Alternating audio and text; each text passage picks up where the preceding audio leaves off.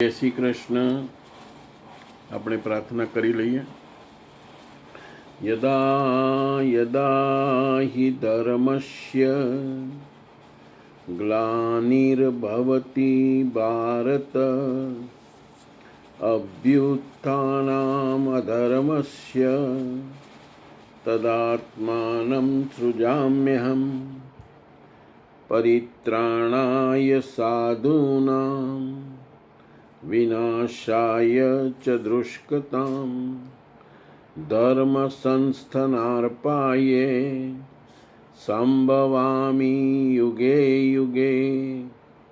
વસુદેવ વસુતમ દેવમ કંસ ચાણૂરમર્દનમ દેવકી પરમાનંદમ કૃષ્ણમ વંદે જગદ્ગુરુમ. આપણે ગઈકાલે 31મો શ્લોક કર્યો હતો. આજે 32મા શ્લોકથી ચાલુ કરીએ. ના કાંક્ષે વિજયમ કૃષ્ણ ન ચ રાજ્યમ સુખાની ચ કિમનો રાજ્યેન ગોવિંદ કિમ ભોગેર જીવિતેન વા. સમગ્ર પરિવાર યુદ્ધ મોરચે ઊભો છે. યુદ્ધમાં તેમને મારીને વિજયથી મળનારું રાજ્ય અને રાજ્યથી મળનારું સુખ અર્જુનને જોઈતું નથી. તે કહે છે, કૃષ્ણ, હું વિજય નથી ઈચ્છતો. રાજ્ય તેમજ સુખ પણ નથી ઈચ્છતો. ગોવિંદ, મારે રાજ્ય, ભોગ અથવા જીવનથી પણ શું પ્રયોજન છે? હવે આને આપણે વધારે ડિટેલમાં અને સારી રીતે આધ્યાત્મિક રીતે સમજીએ. આધ્યાત્મિક અર્થ, મુખ્ય વિષય શું છે? આ બધું સમજાવે છે કે સાચું યુદ્ધ બહારનું નથી, અંદરનું યુદ્ધ જ સાચું છે. એક, પહેલું પાર્થિવ શરીર એટલે રથ. આપણું શરીર એક રથ છે. આત્મા એટલે રથમાં બેઠેલો યાત્રિક, મન એટલે સારથી અને ઇન્દ્રિયો એટલે ઘોડા.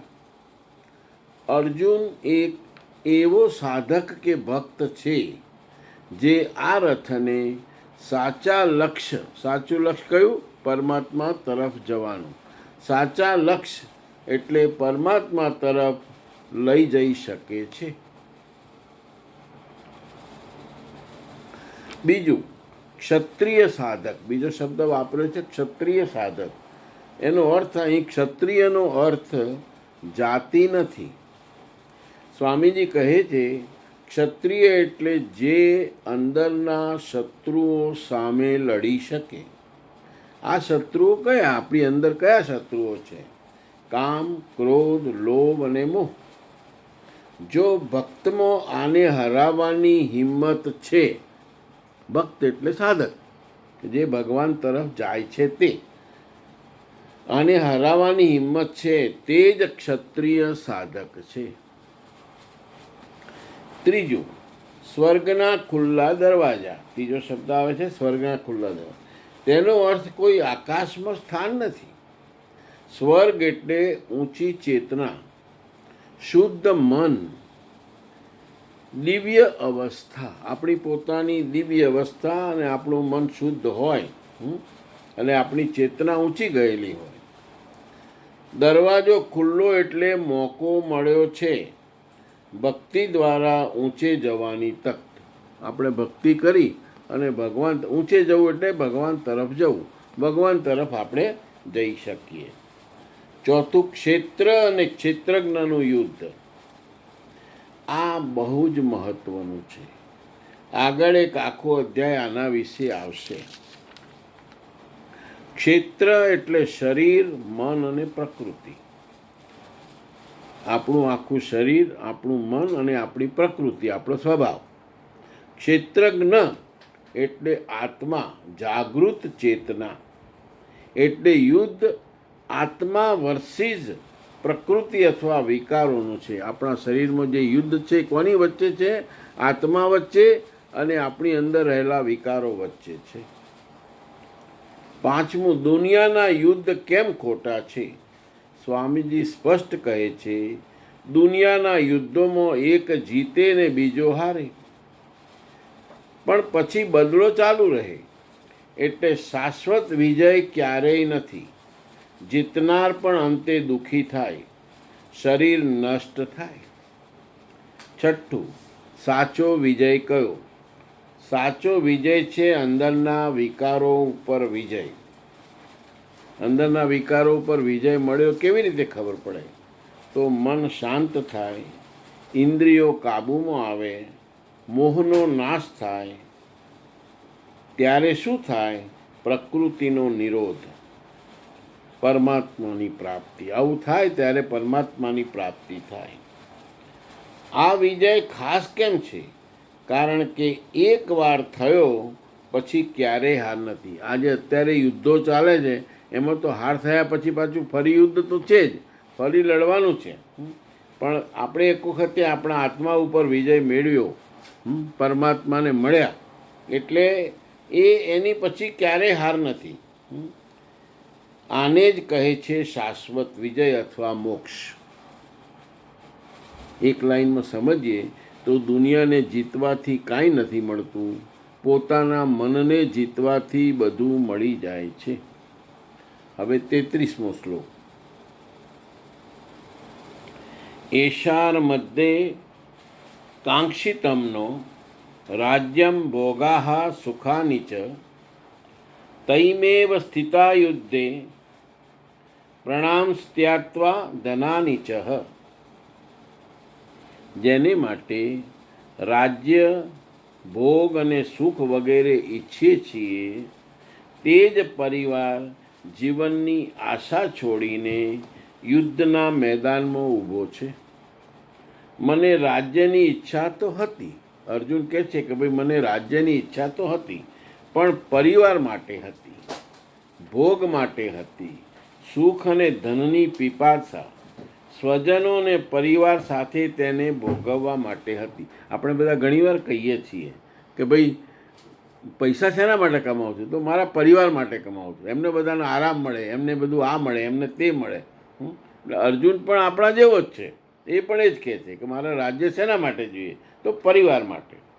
પરંતુ જ્યારે બધા પ્રાણોની આશા છોડીને ઊભા છે, ત્યારે મને સુખ, રાજ્ય કે ભોગની ઈચ્છા નથી. આ બધું તેમના માટે ગમતું હતું. એમનાથી અલગ થઈને મારે એની કોઈ આવશ્યકતા નથી. જ્યાં સુધી પરિવાર રહેશે ત્યાં સુધી વાસના રહેશે. ઝૂંપડીમાં રહેનાર પણ પોતાના કુટુંબ, પ્રિય સ્વજનોને મારીને વિશ્વનું સામ્રાજ્ય સ્વીકારશે નહીં. અર્જુન આ જ કહે છે કે મને ભોગ પ્રિય હતા, વિજય પ્રિય હતો, પરંતુ જેમના માટે આ બધું હતું તેઓ જ જ્યારે ન રહે તો ભોગોનો ઉપયોગ શું? હવે આને આપણે સરળ ભાષામાં અને આધ્યાત્મિક રસ્તે જોઈએ. અર્જુન કહે છે મારે રાજ્ય, સુખ, ભોગ બધું પરિવાર માટે જોઈતું હતું, પણ હવે એ જ લોકો એટલે એ જ સ્વજનો સામે ઊભા છે, તો આ બધું હવે મને વ્યર્થ લાગે છે. હવે આપણે એક એક શબ્દને ડિટેલમાં સમજીએ. પરિવારનો ગુપ્ત અર્થ. પરિવાર એટલે શું? સ્વામીજી કહે છે અહીં પરિવાર એટલે બહારના લોકો નહીં, માતા પિતા ભાઈ બહેન એ નહીં. અહીં પરિવાર એટલે બહારના લોકો નહીં, પણ અંદરના સંસ્કારો અને વાસનાઓ. એ પણ આપણો પરિવાર જ છે. આપણી અંદર જેટલા સંસ્કાર છે અને જેટલી વાસનાઓ છે એ પણ આપણો પરિવાર. જેમ કે મોહ, આસક્તિ, ઈચ્છાઓ, સ્વભાવ, આ બધું આપણું અંદરનું કુટુંબ છે. સરસ રીતે અર્થ કાઢ્યો પરિવારનો. અર્જુનની સાચી સ્થિતિ. અર્જુન સ્વીકારી રહ્યો છે કે મને ભોગ ગમતા હતા. અર્જુને કહ્યું કે આ બધું મારે ભોગ ભોગવવા છે, મારે રાજ્ય મેળવવું છે, પણ કોના માટે? પરિવાર માટે. એટલે મારે મેળવવું તો છે જ, એવું એ સ્વીકારે છે. અર્જુનની સાચી સ્થિતિ શું છે? તો મને ભોગ ગમતા હતા, મને મારે વિજય મેળવવો છે, મને વિજય ગમતો હતો, પણ હવે સમસ્યા શું આવી એને? જો બધું ગમતું હતું તો પછી હવે એને ક્યાં પ્રોબ્લેમ આવ્યો? એને કેમ ધનુષ્યને બધા નીચે મૂકી દીધા? પણ હવે સમસ્યા શું છે? જેને માટે આ બધું ગમતું હતું એ જ વાસનાઓ હવે છોડવી પડશે. મને જેના માટે ગમતું હતું કે ભાઈ મારે ગાડી લાવી છે, મારા છોકરાઓ ગાડી લાવે, મારા આ કરે, મારે બંગલો લાવે, એ જે બધું ગમતું હતું એ કોના માટે? છોકરાઓ માટે. અને એ હવે મારે છોડવું પડશે. એમના વગર કશું નહીં જોઈએ. આ ખૂબ મહત્ત્વની વાત છે. અર્જુન કહે છે, જો મારા સ્વજન નહીં રહે તો મને સુખ અને ભોગ નથી જોઈતા. અને આધ્યાત્મિક રીતે જોઈએ, જો મારી વાસનાઓ નહીં રહે, આપણી અંદર ઈચ્છાઓ ના રહે, આપણી અંદર મોહ ના રહે, તો જીવનમાં મજા જ શું? પછી કરવાનું શું? શેના માટે આ બધું આપણે જીવીએ છીએ? ખાઈએ પીએ ને લહેર ના કરીએ તો પછી કોઈ અર્થ નથી. પણ આ બધી વાસનાઓ જ છે, ખાવું પીવું ને લહેર કરવી. જો મારી વાસનાઓ નહીં રહે તો જીવનમાં મજા શું? દાખલો લઈએ તો જો ખૂબ પૈસા મેળવવાની ઈચ્છા ના હોય તો જીવનમાં મજા જ શું આવે? જો કામ ભોગવવા ન મળે તો જીવનમાં આનંદ જ ન રહે. અને આવી ઘણી બધી દાખલાઓ છે જે આપણે આપી શકીએ. હવે ચોથું, અહીં મોટી ભૂલ શું છે? હવે આપણે સમજવાનું છે કે અહીંયા ખરેખર મોટી ભૂલ શું છે? અર્જુન સમજે છે કે સુખ એટલે વાસનાઓ સાથે જ છે, પરંતુ સત્ય શું છે? વાસનાઓ એ જ દુઃખનું કારણ છે. ખરેખર જોઈએ તો આપણને એવું લાગે છે કે આ બધી વાસનાઓ છે, હું ગાડી ભોગવું, બંગલો ભોગવું, ફરવા જાઉં, થાઈલેન્ડ જાઉં, અમેરિકા જાઉં, આ બધી વાસનાઓ જ છે. અને વાસનાઓ જ ખરેખર સત્ય એ છે કે વાસનાઓ જ દુઃખનું કારણ છે. વાસનાઓનો નાશ એટલે સાચું સુખ. પાંચમું, આ યુદ્ધમાં કોણે મારવાના છે? આ બહુ ગુપ્ત અને મુખ્ય મુદ્દો છે. અહીં કોઈ માણસને નથી મારવાનું કે મારવાના છે. આપણે કોઈ માણસને મારવાના નથી. આપણે કોને મારવાના છે? કામ, ક્રોધ, લોભ, મોહ અને અંદરના દોષોનો નાશ કરવાનો છે. છઠ્ઠું, સ્વામીજીનો ઊંડો સંદેશ. ભક્તની સૌથી મોટી મુશ્કેલી શું છે? તે દોષો જ મારા માને છે. આપણા આ જે દોષો છે એ બધા આપણે આપણા જ માનીએ છીએ. આ મારો સ્વભાવ છે, આ વગર હું અધૂરો છું, એટલે તે લડવા તૈયાર નથી. આનો એક લાઈનમાં આપણે સાર લઈએ તો જે વાસનાઓ માટે જીવતો હતો એ જ છોડવી પડે એટલે અર્જુન ગભરાય છે. આપણે ભગવાન તરફ જવું હોય તો ગાડીને બંગલા છોડવા પડે. હવે જેના માટે આપણે મહેનત કરતા હતા અને જેના માટે જીવતા હતા એ ગાડી બંગલા તો છોડવાનો વારો આવ્યો. ભગવાન તરફ જવું હોય તો આ બધું કામનું નથી. બહુ સરસ રીતે સમજાવ્યું છે. હવે આપણે છે ને તો 31, 32 અને 33 ત્રણેય શ્લોકનું થોડુંક પુનરાવર્તન કરી લઈએ. તો 31 શ્લોક એક લીટીમાં જ કરીશું, બહુ લાંબુ નહીં ખેંચે, કેમ કે આપણો ઓલરેડી શ્લોકને ડિટેલમાં સમજી લીધો છે. 31મો શ્લોક શું કહે છે કે મને આ રસ્તો ખોટો એટલે અશુભ લાગે છે. 32મો શ્લોક કહે છે મને કશું જોઈતું નથી, લડાઈથી ભાગવાનો પ્રયાસ છે. અને 33મો શ્લોક જેવો માટે હતું એ જ છોડવા પડશે. મૂળ અંદર શરીરની અંદર જે ભય છે એ બહાર આવે છે. ભક્ત જ્યારે આધ્યાત્મિક માર્ગે આધ્યાત્મિક માર્ગ એટલે ભગવાન તરફ જવાનો માર્ગ. આ એક જ વસ્તુ હું દરેક વખત કહું છું, યાદ કરાવું છું કે આધ્યાત્મિકનો બીજો કોઈ અર્થ નથી. ભક્ત જ્યારે ભગવાનને માર્ગે આગળ વધે છે ત્યારે સૌથી મોટો શત્રુ બહાર નહીં પણ અંદર હોય છે. અને સૌથી મોટી મુશ્કેલી પોતાના દોષો છોડવાની હિંમત. આપણા જે દોષો છે, કામ, ક્રોધ, એ છોડવામાં હિંમત બહુ જોઈએ, એમને એમ છૂટે એવા નથી. ભક્ત ભગવાન તરફ વધે છે પણ પોતાના મોહને કારણે પાછો ખેંચાય છે. હવે આપણે 34મો શ્લોક લઈએ. આચાર્યાઃ પિતરઃ પુત્રાસ્થ થૈવ ચ પિતામહ માતુલાહ શ્વશુરાહ પૌત્રાહ શ્યાલાહ સંબંધિસ્થા. આ યુદ્ધમાં આચાર્યો, વડીલો, પુત્રો તથા એ જ રીતે દાદા, મામા, શ્વશુર, પૌત્રો, શાળા તથા તમામ સંબંધીઓ છે. હવે આપણે એને આધ્યાત્મિક રીતે અર્થ સમજવા માટે પ્રયત્ન કરીએ.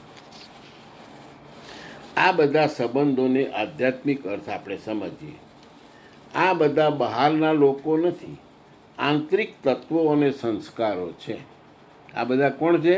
આપણી અંદર રહેલા આંતરિક તત્વો અને આપણા સંસ્કારો છે. એક એક સમજીએ આપણે. તો પહેલો શબ્દ વાપર્યો આચાર્યો. આચાર્યો એટલે ગુરુ. તો આપણે આધ્યાત્મિક રીતે સમજીએ તો ગુરુ એટલે શું? તો જે આપણને શીખવે છે. તો આપણી અંદર શું છે? જૂના સંસ્કારો અને માન્યતાઓ જે આપણને શીખવે છે, જે આપણને અત્યાર સુધી માર્ગ બતાવતો આવ્યો છે. બરાબર સમજો અર્થ. જે આપણને શીખવે છે, ગુરુ એટલે જે આપણને શીખવે છે, અને આપણી અંદર જે જૂના સંસ્કારો અને માન્યતાઓ છે, આપણને અત્યાર સુધી માર્ગ બતાવતા આવ્યા છે. પછી બીજો શબ્દ આવ્યો પિતા. પિતા એટલે ઉત્પત્તિ કરનાર, આપણને ઉત્પન્ન કરનાર એ પિતા. તો અંદર શું છે? અહંકાર. આપણો ઈગો છે ને, એ જ આપણને ઉત્પન્ન કરે છે.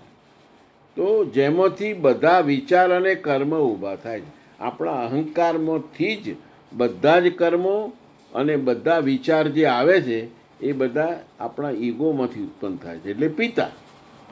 પુત્ર અને પૌત્ર, એનો અર્થ પિતાથી ઉત્પન્ન. પુત્ર પિતાથી ઉત્પન્ન થાય, પૌત્ર એનાથી ઉત્પન્ન થાય. તો અંદર શું? નવા વિચારો અને નવી ઈચ્છાઓ. આ બધા નવા વિચારો અને નવી ઈચ્છાઓ ક્યાંથી જન્મ્યા? તો અહંકારમાંથી, ઈગોમાંથી જન્મ્યા. પછી શબ્દ આવે છે દાદા એટલે પિતામહ.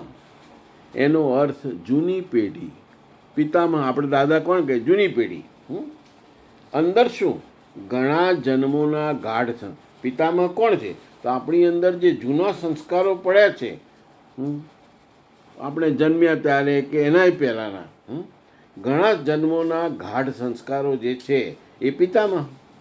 મામા, સસરા, શાળા, સંબંધીઓ. તો અંદર શું? સંબંધિત વિચારો અને આસક્તિઓ જે મન સાથે જોડાયેલી છે. હવે અર્જુનની સ્થિતિ કેવી છે? આ બધાને હું કેવી રીતે મારું? આપણી અંદર જે આ સંસ્કારો છે, આપણા જૂના સંસ્કારો આપણા અંદર પડેલા છે, જે રીત રિવાજો, રૂઢિઓ બધી જે પડેલી છે, એને કેવી રીતે મારું? આ બધા મારા અંદરના ભાગ છે. હું તેને કેવી રીતે નાશ કરું? એટલે તે અંદરના દોષો સામે લડવા તૈયાર નથી. એટલે અહીં સ્વામીજીનો જે મુખ્ય સંદેશ છે એ આપણા શરીર અંદર ખૂબ જૂના સંસ્કારો, ગાઢ આસક્તિઓ, અહંકાર અને તેની ઉત્પત્તિ, આ બધું એટલું નજીક છે કે આપણે એને હું માની લઈએ છીએ કે આ બધું મારું જ છે.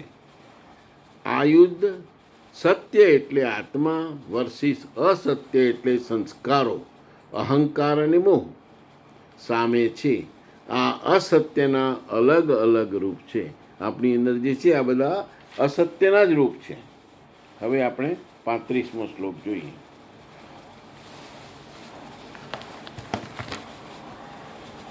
એતાન હંતુમિચ્છામિ દ્રુતોપી મધુસૂદન અપિ ત્રૈલોક્ય રાજ્યસ્ય હેતોઃ કિમનુ મહી કૃતે.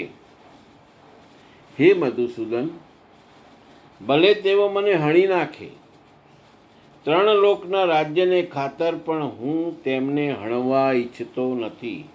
તો આ ભૂમિને ખાતર તો કેમ જ હણવું? 18 ઐક્ષણી સેનાના અર્જુનને પોતાનો પરિવાર જ દેખાયો. આટલા બધા સ્વજનો વાસ્તવમાં કોણ છે? હકીકતમાં તો અનુરાગ જ અર્જુન છે. ભજનના આરંભમાં પ્રત્યેક અનુરાગીની સમક્ષ આ જ સમસ્યા રહી છે. બધા ઈચ્છે છે કે ભજન કરીને તે પરમ સત્યને મેળવીએ, પરંતુ કોઈ અનુભવી સદગુરુની છત્રછાયામાં કોઈ અનુરાગી જ્યારે ક્ષેત્ર અને ક્ષેત્રજ્ઞ સંઘર્ષ સમજે કે પોતે કોની સાથે લડવાનું છે, ત્યારે તે હતાશ થઈ જાય છે. તે ઈચ્છે છે કે પોતાના પિતાનો પરિવાર, સસુરનો પરિવાર, મામાનો પરિવાર, સ્નેહીજનો, મિત્રો, ગુરુજનો બધા સાથે રહે, બધા સુખી રહે અને આ બધાની વ્યવસ્થા કરતાં પરમાત્મા સ્વરૂપની પ્રાપ્તિ પણ કરી લઈએ. પરંતુ જ્યારે એને સમજાય છે કે આરાધનામાં અગ્રેસર થવા માટે પરિવાર છોડવો પડે, આ સંબંધીઓનો મોહ ત્યાગવો પડે, ત્યારે તે અધીર થઈ જાય છે. હવે આપણે એને વધારે સારી રીતે સમજીએ. શ્લોકનો સરળ અર્થ. અર્જુન કહે છે, હે કૃષ્ણ, હું આ સ્વજનોને મારવા નથી ઈચ્છતો. ભલે તેઓ મને મારી નાખે, ત્રણેય લોકનું રાજ્ય મળે તો પણ હું એમને નથી મારવા ઈચ્છતો. હવે આપણે આનો આધ્યાત્મિક અર્થ સમજીએ. તો પહેલું, ત્રણેય લોકનું રાજનો અર્થ શું? આપણે નોર્મલી 3 લોક કયા તો ભૂમિ, સ્વર્ગ એને જ ગણીએ છીએ, પણ અહીંયા આપણે આધ્યાત્મિક અર્થ લઈએ છીએ. આ કોઈ ભૌતિક રાજ્ય નથી. 3 લોક એટલે મન, બુદ્ધિ અને ઇન્દ્રિયો. કયા? મન, બુદ્ધિ અને ઇન્દ્રિયો. આ 3 લોક એટલે સમગ્ર આંતરિક જગત ઉપર સંપૂર્ણ કાબુ. બીજું, અર્જુનની વાત શું બતાવે છે? અર્જુન કહે છે, મને આટલી મોટી સિદ્ધિ પણ નથી જોઈતી. 3 લોકનું રાજ્ય મળે, અર્જુન એવું કહે છે, તો મારે એવડી મોટી સિદ્ધિ નથી જોઈતી. એટલે એનો અર્થ સમજીએ તો મન, બુદ્ધિ અને ઇન્દ્રિયો ઉપર સંપૂર્ણ કાબુ એ બહુ મોટી વાત છે, બહુ મોટી સિદ્ધિ છે. આ આપણને બધાને ખબર છે કે જે મન, બુદ્ધિ અને ઇન્દ્રિયો ઉપર કાબુ લે એ ભગવાન સુધી પહોંચી જાય છે. અને ભગવાન સુધી પહોંચવું એ બહુ મોટી સિદ્ધિ છે. આપણે જોઈએ છીએ એવા ઘણા સંત મહાત્માઓ છે જેમણે આ સિદ્ધિ મેળવી છે અને તે સિદ્ધિથી તે ધારે કરી શકે. જે આ સિદ્ધિ સુધી પહોંચે એ ધારે કરી શકે છે. ઘણા દાખલા છે. આપણે અત્યારે દાખલામાં જતા નથી. અર્જુન કહે છે, પણ હું મારા સ્વજનો એટલે કે અંદરના તત્વો, કામ, ક્રોધ, લોભ વગેરેને નથી છોડી શકતો એવું સ્પષ્ટ કહે છે. એટલે પોતાનામાં રહેલા દોષો સાથે સમાધાન કરવા તૈયાર નથી. ત્રીજું, એમાં એક શબ્દ વાપરે છે, ભલે તેઓ મને મારી નાખે. આ ખૂબ ઊંડો અર્થ છે. આપણા જે દોષો છે, કામ, ક્રોધ, લોભ, મોહ, મસ, બરાબર, એ દોષો માણસને ધીમે ધીમે નષ્ટ કરે છે. આપણી અંદર જે આ દોષો છે એ આપણને ધીમે ધીમે નષ્ટ કરે જ છે. શાંતિ નષ્ટ કરે, બુદ્ધિ નષ્ટ કરે, અંતે જીવન પણ બગડે. છતાં અર્જુન કહે છે, હું એને છોડવા તૈયાર નથી. આ બધા જે ઊભા છે એ બધા અર્જુન જ કહે છે કે એ બધા ભલે મને મારી નાખે. એટલે એનો અર્થ, આધ્યાત્મિક અર્થ સમજીએ તો આપણા અંદર જે કામ, ક્રોધ, લોભ છે ને એ આપણને મારે જ છે, આપણને નષ્ટ જ કરે છે. અને છતાંય અર્જુન એને છોડવા તૈયાર નથી. ચોથું, અહીં સૌથી મોટી ભૂલ શું છે? ભક્ત અહીં મોટી ભૂલ કરે. ભક્ત એટલે અર્જુન, આપણે સમજવાનું. મોટી ભૂલ કરે છે. જે એને નષ્ટ કરે છે એને જ મારું માને છે. જે આપણને નષ્ટ કરે છે, કામ, ક્રોધ, એને આપણે આપણું માનીએ છીએ. અને જે એને બચાવે છે, કોણ બચાવે છે? ભક્તિ. એને છોડી દેવા માગે છે. ભક્તિ આપણને બચાવે છે, ભક્તિ ભગવાન, તો આપણે એને છોડી દેવા માગીએ છીએ. પાંચમું, સ્વામીજીનો મુખ્ય સંદેશ. આ શ્લોકમાં અર્જુનની અતિશય મોહ અવસ્થા દેખાય છે. તે ત્યાં સુધી પડી ગયો છે એટલે નીચે પડી ગયો છે કે પરમાત્મા એટલે ભગવાન પણ મળી જાય તો પણ દોષો છોડવા તૈયાર નથી. આનું ઊંડો આધ્યાત્મિક સત્ય જ્યાં સુધી વાસનાઓ, આસક્તિઓ, અહંકાર રહે છે ત્યાં સુધી સાચી શાંતિ નથી, પરમાત્માની પ્રાપ્તિ નથી. હવે 36મો શ્લોક લઈએ. આપણી પાસે 5-1 મિનિટ છે.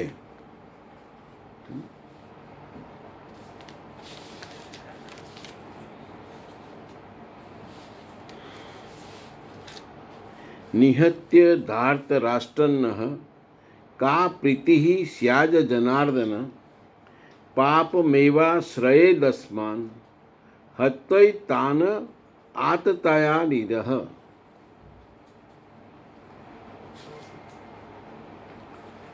હે જનાર્દન, ધૃતરાષ્ટ્રના પુત્રોને મારીને પણ અમને ક્યાંથી પ્રસન્નતા મળવાની હતી?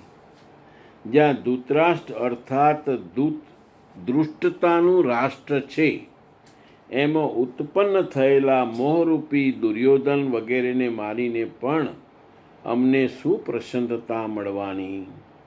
આ અતતાઈઓને મારીને પણ અમને પાપ જ લાગશે. જે જિંદગીમાં તુચ્છ લાભ માટે અનીતિ અપનાવે છે તે અતતાઈ કહેવાય, પરંતુ આત્માના પથમાં અવરોધ ઊભો કરે તે તો સૌથી મોટો અતતાઈ છે. આત્મદર્શનમાં બાધક થનાર કામ, ક્રોધ, લોભ, મોહ વગેરેના સમૂહ જ અતતાઈ છે. હવે આને આધ્યાત્મિક અર્થ સાથે અને સરળ અર્થ સાથે જોઈએ. અર્જુન કહે છે કે હે કૃષ્ણ,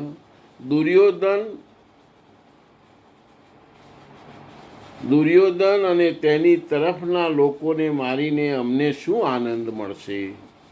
એ લોકો અતતાઈ છે. અતતાઈ એટલે દૃષ્ટ છે. છતાં એમને મારીશું તો પણ પાપ જ લાગશે. હવે એને વધારે ડિટેલમાં સમજવા પડે તો પહેલું દુર્યોધન અને ધૃતરાષ્ટ્ર, એનો અંદરનો અર્થ શું થાય? તો ધૃતરાષ્ટ્ર એટલે દૃષ્ટતાનું રાજ્ય, અંધમન. દુર્યોધન એટલે મોહ અટકાવનાર શક્તિ. એટલે આપણું મન જ્યારે અજ્ઞાનથી ભરેલું હોય ત્યારે તેમાં મોહ અને દોષો જન્મે છે. આ બહુ જ સુંદર વસ્તુ કીધી કે આપણું મન જ્યારે અજ્ઞાનથી ભરેલું હોય ત્યારે તેમાં મોહ અને દોષો જન્મે છે. બીજો શબ્દ આવ્યો અતતાઈ. અતતાઈનો સાચો અર્થ તો એ થાય કે દુષ્ટ માણસ. પણ સ્વામીજી કહે છે સાચા અતતાઈ કોણ? કામ, વાસના, ક્રોધ, લોભ, મોહ આ બધા સાચા અતતાઈ છે. કારણ કે આ બધું આત્મદર્શનના માર્ગમાં સૌથી મોટા અવરોધો છે. ત્રીજું, અર્જુનની મૂંઝવણ.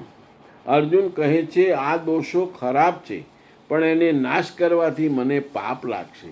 એટલે તે દોષોને ઓળખે છે પણ હજુ તેને છોડવા તૈયાર. એના દોષ છે એ તો ખબર પડી ગઈ, પણ એ દોષોને છોડવા તૈયાર નથી. ચોથું, અહીં મોટી ભૂલ શું છે? અર્જુન માને છે કે દોષોને દૂર કરવું એટલે કે પાપ, જ્યારે હકીકત શું છે? દોષોને રાખવું એ પાપ છે. આ આખી વસ્તુ જ ઊંધી છે. અર્જુન એવું માને છે કે દોષોને એટલે આ બધાને મારી નાખીએ તો મને પાપ લાગશે. ખરેખર આ બધાને રાખીશું તો પાપ લાગવાનું છે, કેમ કે આ બધા અતતાઈ છે. સ્વામીજી આનો ઊંડો સંદેશ આપણને આપે છે કે સૌથી મોટો અતતાઈ કોણ? તો બહારનો શત્રુ નહીં, પણ અંદરના દોષો.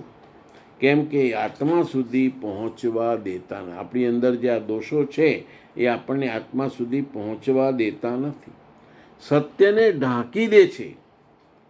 જ્યાં સુધી કામ, ક્રોધ, લોભ, મોહ રહે છે ત્યાં સુધી આત્મદર્શન કે ભગવાનનું દર્શન શક્ય નથી. બહુ સ્પષ્ટ શબ્દોમાં આપણને સ્વામીજી કહે છે.